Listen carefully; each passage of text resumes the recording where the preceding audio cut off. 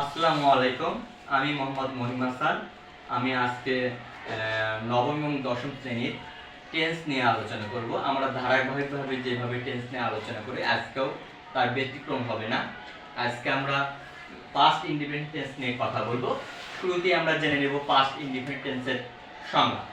কোনো কাজ অতীতকালে শেষ হয়ে এখনো তার ফল বর্তমান হয়ে আছে এরূপ বুঝালে এই কালকে আমরা পাস্ট ইনডিফিনিট টেন্স বলবো। আমি আবারও বলতেছি, কোনো কাজ অতীতকালে শেষ এবং তার ফল এখনো বর্তমান এরূপ বুঝালে আমরা শেষ টেন্সটাকে পাস্ট ইনডিফিনিট টেন্স বলবো। পাস্ট টেন্স ইনডিফিনিট টেন্স চিনিবার আমরা উপায় জানবো।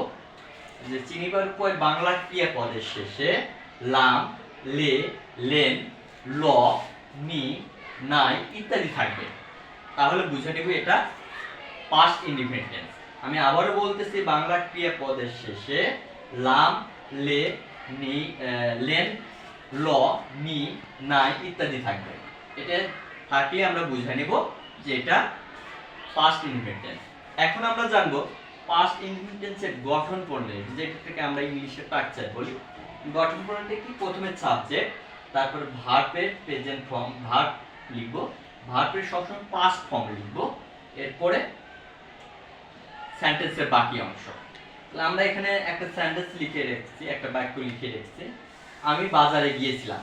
এই যে গিয়েছিলাম, আমি প্রথমেই বলে দিয়েছিলাম যে বাংলা ক্রিয়াপদের শেষে লাম, লে, লেন, ল, নি ইত্যাদি থাকলে এটা বুঝে নিতে হয় পাস্ট ইনডিফিনিট টেন্স। এই যে লাম আছে, এই কারণে আমরা বুঝে নিলাম যে এটা পাস্ট ইনডিফিনিট টেন্স। এখন পাস্ট ইনডিফিনিট টেন্স হলে আমাদের গঠন প্রণালী অনুযায়ী আমরা সেন্টেন্সটা গঠন করব। তাহলে প্রথমে এখানে সাবজেক্ট কোনটা? এখানে সাবজেক্ট হলো আমি, সেজন্য লিখছে আই। এরপরে আমাদের কি দিতে হবে? ভার্বের পাস্ট ফর্ম দিতে হবে। এখানে গিয়েছিলাম, যাওয়ার ইংরেজি হলো গো, কিন্তু আমাদের গোর পাস্ট ফর্ম করতে হবে। গো, ওয়েন্ট, গন, তাহলে ওয়েন্ট হবে আই ওয়েন্ট। এরপরে আমাদের কি দিতে হবে? একটা প্রিপজিশন দিতে হবে। আর এখানে আমাদের সেন্টেন্সের বাদ বাকি অংশটুকু, কোথায় গিয়েছিলাম? বাজারে, তাহলে আই ওয়েন্ট টু মার্কেট। আমরা এইভাবে অসংখ্য সেন্টেন্স তৈরি করব, বাসায় বেশি বেশি করে সেন্টেন্সগুলো তৈরি করব, টেন্স নিয়ে কথা বলবো। আর টেন্স হলো একটা গুরুত্বপূর্ণ বিষয়, এটা আমরা পরবর্তী ক্লাসে আমরা পাস্ট ইনডিফিনিট টেন্স নিয়ে আজকে আলোচনা করলাম। এর পরবর্তী ক্লাসে পাস্ট কন্টিনিউয়াস টেন্স নিয়ে আলোচনা করব। এ পর্যন্ত ভালো থাকো, সুস্থ থাকো, আল্লাহ হাফেজ, আসসালামু আলাইকুম।